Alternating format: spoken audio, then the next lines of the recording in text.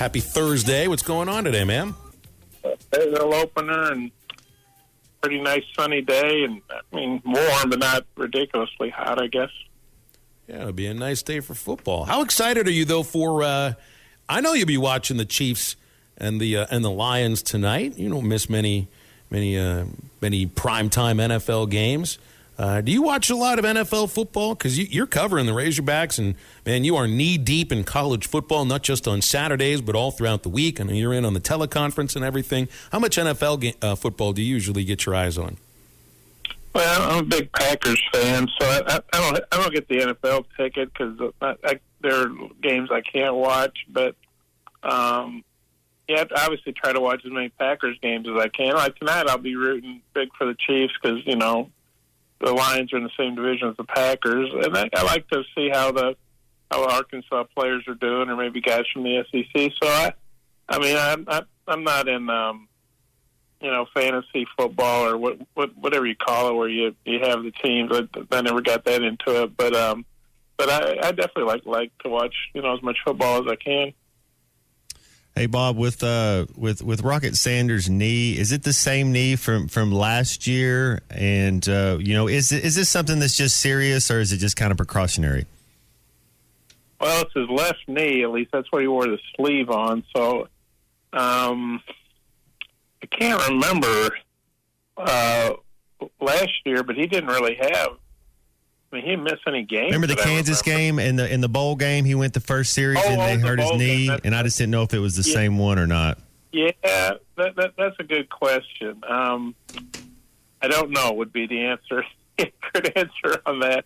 I know that didn't come up at all with Sam, and Sam talked about it with the media yesterday. He hadn't gotten, I guess, the total evaluation, and then on his radio show last night, he revealed that.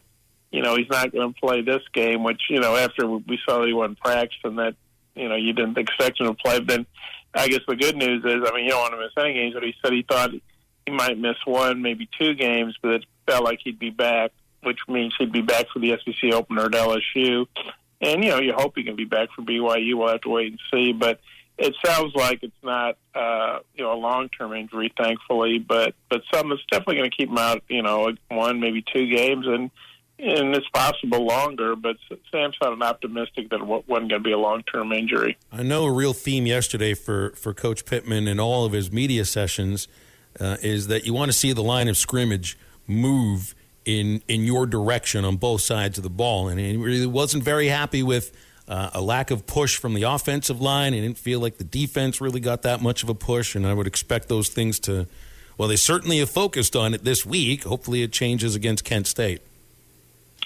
Yeah, Kent State's a team that's, they're in a heavy rebuild. They've got a new coach, Kenny Burns, and they lost. Their old coach went to Colorado to be Deion Sanders' offensive coordinator. So they had 9, I believe, all MAC players on first, second, third teams. They lost all those guys to the portal.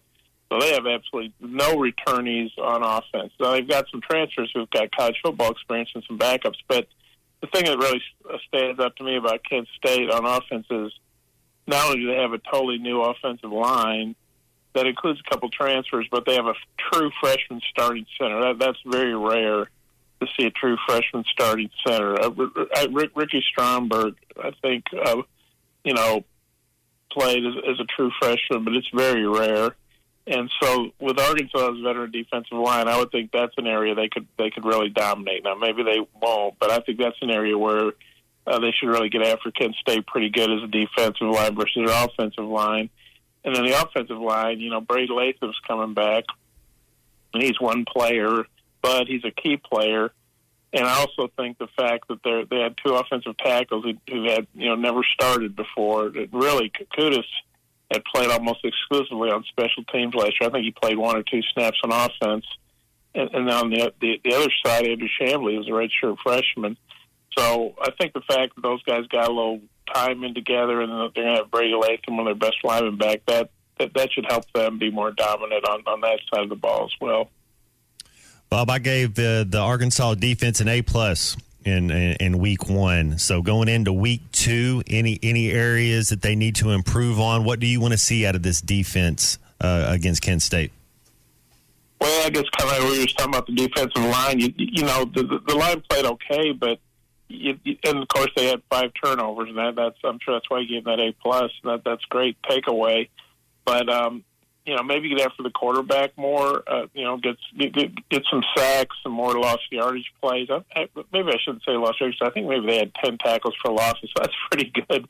But maybe get after the quarterback more, and 1, get some sacks, and 2, keep forcing those turnovers. One thing Kent State did in that game better than Central Florida did, and when you lose 56-6, they're probably in a whole lot of those categories, right?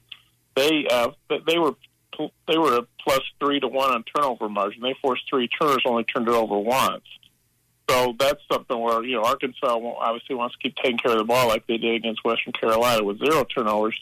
But they also want to raise that turnover margin by Kent State only had 1 takeaway that Central Florida did. Arkansas obviously wants to improve that, and one way to do that is to get after the quarterback. Hey, Bob, Hogs Plus is starting a series tonight called Resurgence about the 1998 season in Houston Nutt's first year as the head coach.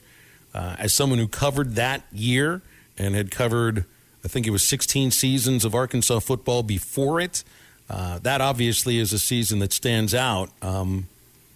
Resurgence, that was something that the program really needed, and they certainly did that year.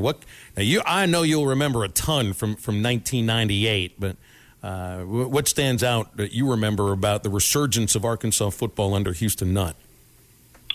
Well, yeah, I think they'd gone 4-7. There was only 11 games back then, so they've gone 4-7 each of the last 2 years under Danny Ford. But he had done a good job of accumulating talent. They had some good players, and I think Houston was just the right guy at the right time to come in. Houston was young, he was enthusiastic, and some people might see some of those videos, those little Channel 7 videos or whoever, and think, wow, was he really like that? Yeah, he was really like that all the time. He was super enthusiastic.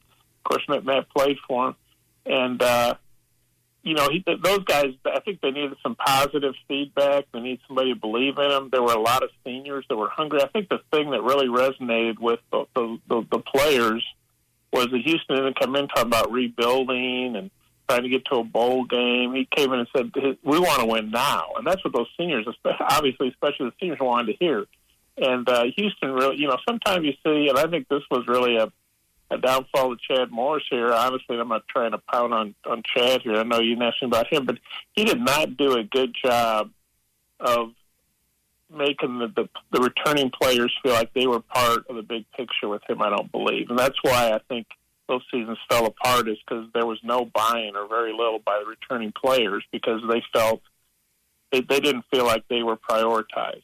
And that's one thing Sam Pittman did real well, too, is when he came in, remember he said, you're my players. Maybe I didn't recruit you, but you're my players now. And that's something I think Houston did a really good job of, was making those guys buy in from the get-go. And he just had infectious enthusiasm, and I think you saw that feeling where guys were ready to run through the wall for him. And then, the big thing, Houston joked about this, was, SMU was beating Arkansas. When he went on the Razorback Club speaking circuit, people were saying, hey, let's beat SMU. And, of course, they destroyed SMU to open the season. Or actually, I think it was Southwestern Louisiana that they opened with and won big, and then they beat SMU. And the big thing was they beat, and this was not a vintage Alabama team. They beat Alabama, I think it was 42-6 in Fayetteville. And that's when you really knew, wow, these guys could have a special season. Yeah, they had Jodine Davenport, Emmanuel Smith, Madre Hill, Clint Sterner, Lucas. Man, they had all sorts. Alvin Ray. Man, you're right, Bob. They had some talent on that team. Well, Bob, I also think it was resurgence in the term of the team getting better, but also it was a resurgence in terms of interest across the state. That was something that I think Clay brought up last week. You remember, was there like a moment or a game or just when it hit you that it felt like not only was there a ton of buy-in, but the You know, that there really was just that surge of interest and love and passion in the program. And had it been lacking in any seasons before '98? Oh yeah, and you know, let me say this: I thought Danny Ford did a solid job as a coach. You know, he helped bring Arkansas closer to being SEC ready, and he did recruit well. But all due respect to Danny, I think it was time for a change, and I think Houston was the right guy to come in. And, of course, you got to remember, Houston had 1 year at Boise State, and before that he'd been at Murray State, and they'd done a really good job. But I think at Boise he was like 4-7, but also, or maybe 5-6, but they were coming off like a 1-win season, and their coach had passed away. So Houston took over a very tough job there at Boise State. People think about Boise State now, they think, wow, you know, what a great mid-major program, and it is, and it's had a ton of success. But Houston was really the guy that went there in that 1 year that kind of got them going again, and then other coaches built on that. But, yeah, like I said, the Alabama game is the one that really jumped out at me. I think at the time Alabama was ranked, and we didn't know they weren't going to be as good, but you just don't expect anybody, let alone Arkansas, to go out there and beat Alabama 42-6. And I remember that's when they were renovating the visiting locker room, so Alabama changed in, like, you know, they had to walk all the way across the practice field. They changed it down there, and like it's where the Smith Center is now, but it wasn't the Smith Center then. There was a building there, like the indoor deal, the Walker Pavilion, and they came in, and they seemed like they had to go forever. And you could kind of see all these big, you know, guys in their white uniforms and red helmets coming. It was just kind of bizarre. And then Arkansas just laid the wood to it from the get-go, you know. And that's when I think people were excited, but that's when they really started getting excited about this team. Hey, Bob, did you see, I have a feeling I know it. Well, I don't know if you'll be writing about it, but somebody at the Democrat-Gazette will. We got a men's basketball SEC schedule. Came out 25 minutes ago. So we had the women's schedule yesterday, the men's schedule today. I'm just assuming baseball schedule comes out within the next couple of weeks. Writing about a schedule might not be the most exciting thing in the world, but we do know what the season's going to look like coming up. Here it is. Yeah, I actually have it up here in front of me. Arkansas is opening up at home with Auburn, and then, you know, obviously we knew who they were going to play. We knew they were going to, you know, play Kentucky twice, for instance. You know, Kentucky dates get them the 27th of January here, and then they got to go to Kentucky on March 2nd. Kind of a flip of last year with when Kentucky came here, but it'll be interesting. And then their last game is at Alabama. So their last 3 games are at Kentucky, LSU at home, and at Alabama. So you're getting Kentucky and Alabama road games there at the end of the year. So that's a tough way to go, but you got to play them sometime on the road.